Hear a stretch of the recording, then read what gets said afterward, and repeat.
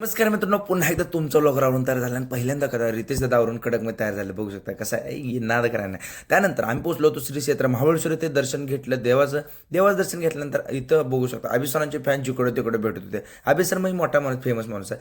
त्यानंतर प्रतापगडच्या पायथ्याला आम्ही आंबा घेतला. होय होय, सीझन नाही पण आंबा मिळाला. आंबा बाकी भारी होता. प्रतापगड बघत बघत वरती गोमुख दरवाजामध्ये पोहोचलो होतो महाद्वारामध्ये. आणि आता इथं विषय कसा आहे, इथून पुढे इतिहासाच्या अनुभूती घेत आम्ही हा किल्ला बघत होतो. हंबीर मामांची तलवार बघितली जिच्यावरती 6 स्टार होते, म्हणजे 600 शत्रू युद्धात मारल्यानंतर जे स्टार मिळतात तसे 6 स्टार. अशी इतिहासाची अनुभूती घेतली झाल्यानंतर आम्ही पेलो ताक बाकी भारी होतं. सगळ्या जणांनी मस्तपैकी ताक पिऊन घेतलं आणि प्रतापगडावर जाऊन ताक नाही पिलं तर काय केलं.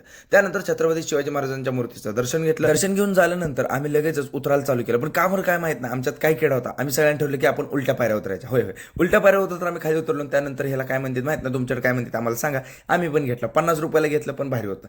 मग सगळ्यांनी खायचं ठरलं. मग काय नाही, ह्याच्या तोंडच जात नव्हतं, सगळ्यांनी असं खाताच येत नव्हतं. खाऊन भारी चालते सांगतो. अभिसरांचे फॅन तिथं पण कुठं जाईल तिथं अभिसरांचे फॅन होते. त्यानंतर हिंदू हॉटेल आहे प्रतापगडाच्या पायथ्याला. आपल्या अकलूच्या माणसाचा गेला की तर जावा, ढवारा स्पेशल वगैरे आहे.